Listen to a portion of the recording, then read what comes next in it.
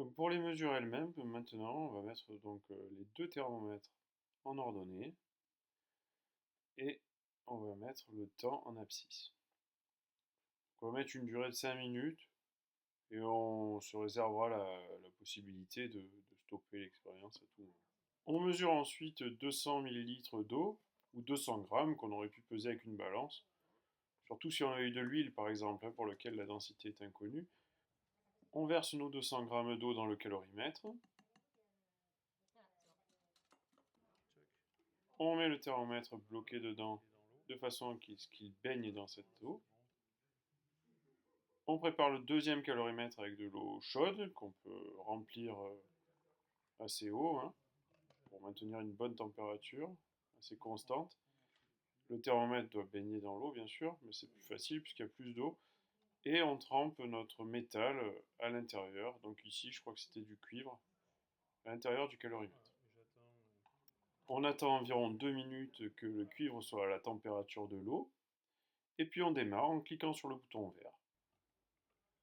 Voilà, dès qu'on a cliqué sur le bouton vert, le plus rapidement possible, on saisit le métal et on le plonge le plus rapidement possible dans le calorimètre qui contient l'eau à température ambiante.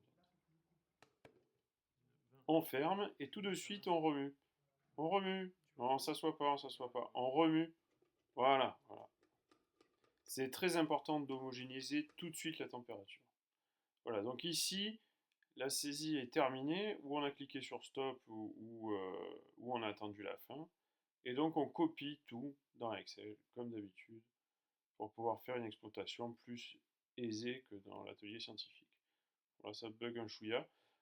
Voilà, donc on a fait un nuage de points, comme d'habitude, hein. Insertion graphique, nuage de points. On relève la température maximale, enfin la température chaude, dans laquelle l'objet en cuivre était, sur la première courbe. Voilà, donc ici, je ne sais pas combien on lit, je vois rien.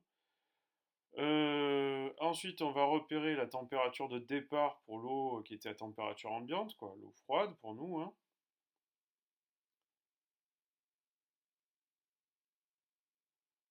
Voilà, donc je ne sais pas combien on a trouvé, peu importe. Et après, la température d'équilibre, donc on va trouver au sommet de la courbe d'en bas. Alors c'est vrai qu'on peut supprimer la courbe d'en haut pour augmenter pour avoir un facteur d'échelle plus favorable et pouvoir lire ce maximum là qui est atteint, donc c'est ce qui sera notre température d'équilibre. Et c'est là où on risque d'avoir un maximum supérieur si on n'a pas bien homogénéisé. Et maintenant, je vous invite à aller voir votre cours pour les calculs.